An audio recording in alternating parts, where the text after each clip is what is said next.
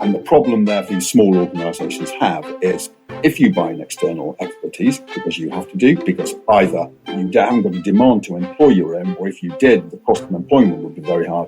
The cost of buying in external advice becomes very high. And I think the only way that can be addressed without compromising the standards is, of course, to make more people develop more skills and more knowledge. And that, in a challenging way, is a long-term problem. That is the biggest problem we have in the UK at the moment, and actually in a lot of countries. It's the cost of implementing cybersecurity can quite often outweigh, as it may be seen within a smaller business context, the benefit.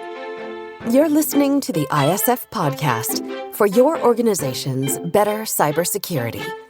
Your host, ISF CEO Steve Durbin, is an expert in leadership, business culture transformation, and cyber strategies for today's top enterprises. I'm producer Tavia Gilbert.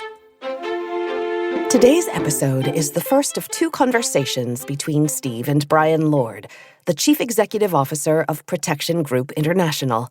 Prior to joining PGI, Brian served as the Deputy Director of a UK government agency, overseeing the organization's cyber and intelligence operations. Brian shares his knowledge of both the public and private sector in this wide-ranging conversation, and Steve and Brian touch on the challenges SMEs face in implementing cyber defenses, what effective cooperation between government and the private sector looks like, and the role insurance may play in cybersecurity. So, Brian, you've had a varied career both in public and private sector.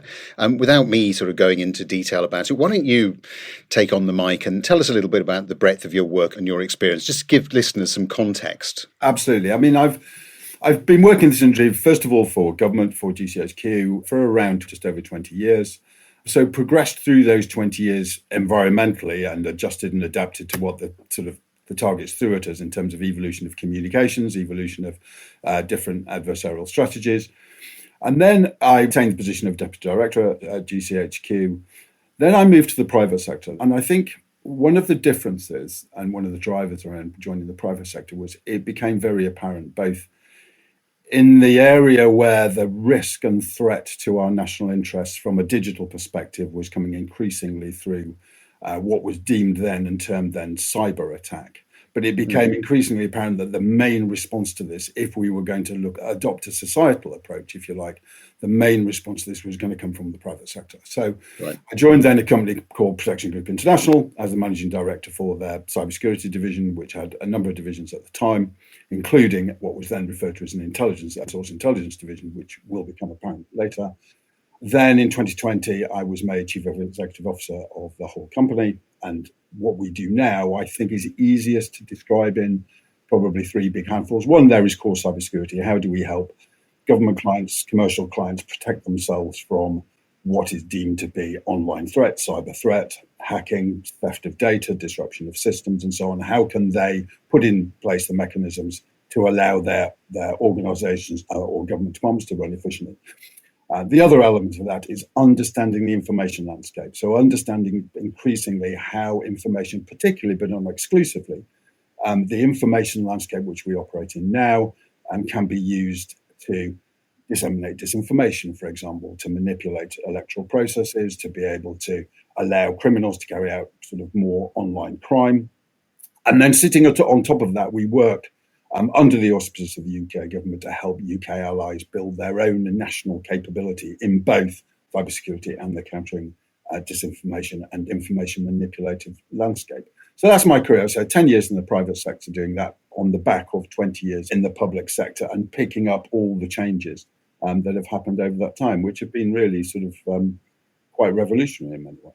Yeah, it has. I mean, the landscape has changed immensely over that period of time, hasn't it? I was interested that you made this point about public and private, or government and private sector cooperation. I don't think you used exactly those words, but tell us a little bit more about that, because I mean, there may be people listening to this thinking, well, how's that going to work? Because obviously, you know, in the government sector, particularly say GCHQ, there are certain things that clearly are not going to be widely shared. Yeah. Yet, are there some of those that for the private sector to be working properly or to their best collaboratively with government should need to be shared. So how does all of that work? What I suppose I'm really asking is how can we get this coming together of public and private sector, given some of the constraints that exist out there? Yeah, I mean, I'm recognising the constraints that you have. The very nature of the work of GCHQ, of course, means there's a whole load of information and knowledge that can't be shared for national security reasons. But I think there is an awful lot of public-private cooperation in this space, both at a ad hoc level and at a formulist level. And we also have to bear in mind as well that the very nature of how we run government at the moment, an awful lot of the cybersecurity capability for government departments, government organisations, is provided and contracted by the private sector. So the private sector increasingly is helping or directly providing cybersecurity capability to the UK government as well as to commercial entities. And so therefore information sharing about the novel threats, the nature of new attacks, which is best done, I think, at the National Cybersecurity Organization, which of course is a part of GCHQ. The information sharing that comes out of there is really quite comprehensive. And there's a lot of effort and a lot of forums and a lot of structured forums where that information flow is quick and where it's dynamic. And so where those who are supporting the commercial sector can pick up on the kind of techniques that are seen against the higher end of UK government and then shared those before they manifested themselves further. So I think, even though it's very easy for a lot of us to be able to point to lots of different cyber attacks, if you will, I think the UK has got a pretty strong track record in maintaining its infrastructure and its defences against cyber attack really, really quite significantly. And that is a result of the public-private partnership. And of course, the other dimension to that is one of the things the National Cybersecurity Centre does, as you know, is set a lot of regulatory standards which are mandated for government departments and then mandated for suppliers of critical national infrastructure, and then advisory further down the commercial stack you go. So you also have most of the UK commercial and government entities all operating under the same set of safeguards and same regulatory standards, which allows us to keep those standards high. So I think there is a lot of cooperation. And I think one of that was one of the purposes of creating, there are many purposes for creating the National Cybersecurity Centre. But one of those purposes was to make sure there was a public, if you like, facing element of what is by definition a fairly secret organisation to allow information flow to go without compromising national security. And I think in general, like all things, it can probably work a little bit better, but I think it's a fairly well-tested relationship, which I think is quite strong. Yeah, it's interesting you mentioned this whole regulatory space, and you mentioned critical infrastructure and larger organisations. But one of the areas that concerns me is lower down the corporate stack, as you put it, the supply chain elements, the small to mid-size enterprises that, particularly here in the UK, of course, make up the lion's share of business. Yeah. And what I hear constantly from those kinds of organisations is that they are becoming somewhat overwhelmed by this burden of legislation, of regulation. And to a certain extent, they don't have too much choice because they exist within this supply chain. So they have their bigger backers, if you like, who are clearly trying to protect their environment, and yet they don't have the resources or the capability to be able to implement some of the regulation or guidance that the people like the NCSC are moving forward with. So what is the solution for this very, very large part of the business community that from a cyber threat actor standpoint is pretty inviting? Oh, indeed. I think it's an extraordinarily good question, because I think as we have seen through the evolution of the cyber threat, say, well, almost back to the turn of the century and slightly before that, but as we look at the kind of mainstreaming of understanding of the cybersecurity threat, I think there was a tendency at start for attention, media attention, public attention, even community attention to be focused at the top end, the critical national infrastructure, government, lots of stories of sort of apocalyptic kind of scenarios. How criminals, if you like, sort of made hay against the lower level commercial organisations for standard criminality, and the lower level against go, what on earth is this about? Therefore, that led to introduction of different layers of standards, right down to the basic Cyber Essentials, Cyber Essentials Plus. And the government then sort of put in a layer of advisory regulatory standards that they, in some cases, the advised commercials should follow. But of course, when it came to the commercial entities being part of a government supply chain, then of course those regulations were mandatory. And I think there were two fundamental problems with that as the nature of that problem grew, exactly as you pinpointed, Steve. First of all, let's look at the knowledge. A small organisation, does it have that kind of knowledge, that kind of capability, that kind of expertise to be able to build the defences to these regulatory standards? And I think invariably the answer was no, so they have to buy it in. right? So it becomes an overhead. It becomes an overhead of doing work with government, or it becomes a commercial overhead if you want to improve your cybersecurity services. That's all well and good. The cost of a basic cyber essentials is not really that much, but it's certainly less than £1,000. The problem being is once you start moving beyond those very, very basic levels into higher levels that are demanded by the supply chain of the critical national infrastructure providers or government itself, you then get the problem of cost. The problem of cost, and both of those problems can coalesce at one single point. And the single point is the scarcity of people who can do the type of work that is necessary to do the mandatory testing, the mandatory assurance for organizations. So what we have is a high demand for people and a very, very few number of people that are capable to do it. And there's an inevitability about that market, inevitability about that situation, which is the costs of that kind of advice, that kind of testing, go up and up and up. And the problem, therefore, being that these small organizations have is if you buy an external expertise, because you have to do, because either you haven't got a demand to employ your own, or if you did, the cost of employing them would be very hard. The cost of buying in external advice becomes very high. And I think the only way that can be addressed without compromising the standards is, of course, to make more people, to develop more skills and more knowledge. And that, in a challenging way, is a long-term problem, to be able to build the core capacity of people in this area, not just with the deep technical skills, but also with the technical knowledge and understanding to be able to provide some of the wider regulatory assurance.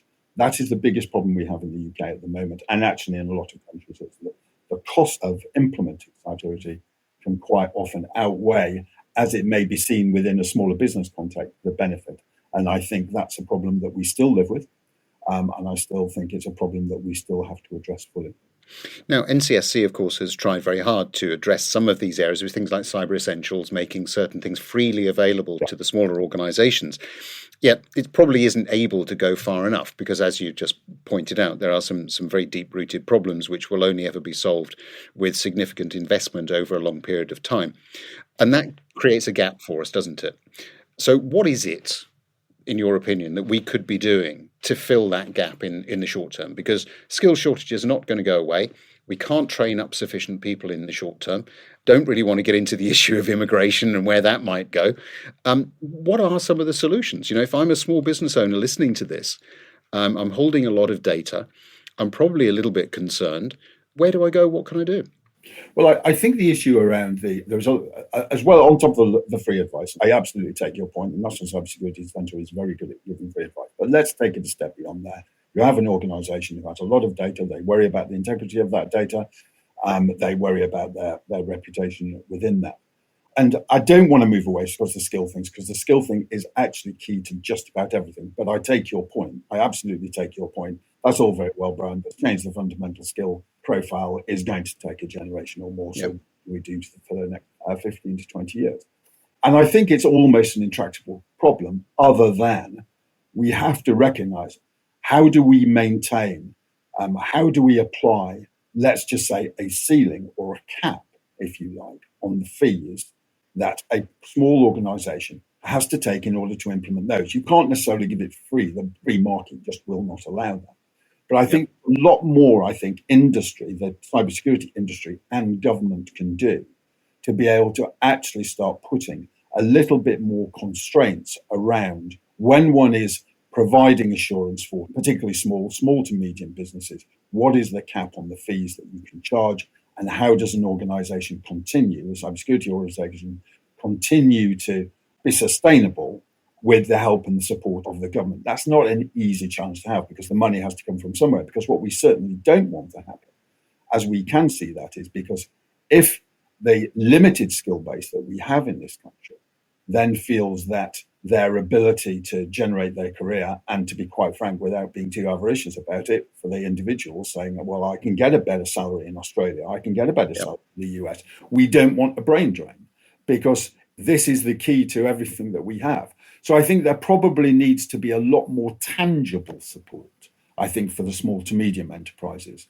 But that can only come out of collaboration with the cybersecurity industry and with government about how do you make sure that some of the fees around that are capped? How do you make sure that there is relationships with insurers? Because, of course, one has to bear in mind the insurance industry plays a really key element in this place as well. It does, insurance. What does that triangulation of insurance, government, the providers of these services, how can that be configured to make sure that the costs to a small to medium enterprise, where the measures of security are very, very important, but they're a lot more standard, perhaps, than if you move into critical national infrastructure space and they're having to look at industrial control systems and far more complex systems.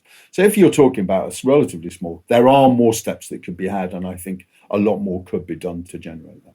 Yeah, certainly one for us to keep an eye on, I think, as it continues to evolve, because you're absolutely right. It is critical to pretty much every business going forward. We'll be back next week with the second part of Steve's conversation with Brian Lord. If you found value in the conversation today, please rate and review the podcast and share this episode. To become a member, get in touch with Steve directly at steve.durbin@securityforum.org or on LinkedIn at Steve Durbin. Check out all our media and resources. All of it is there to support you at securityforum.org. Don't miss the ISF Analyst Insight podcast, sharing conversations with members about the real-world applications of ISF research. The ISF podcast is produced by Talkbox Productions and Tavia Gilbert. Thanks for listening.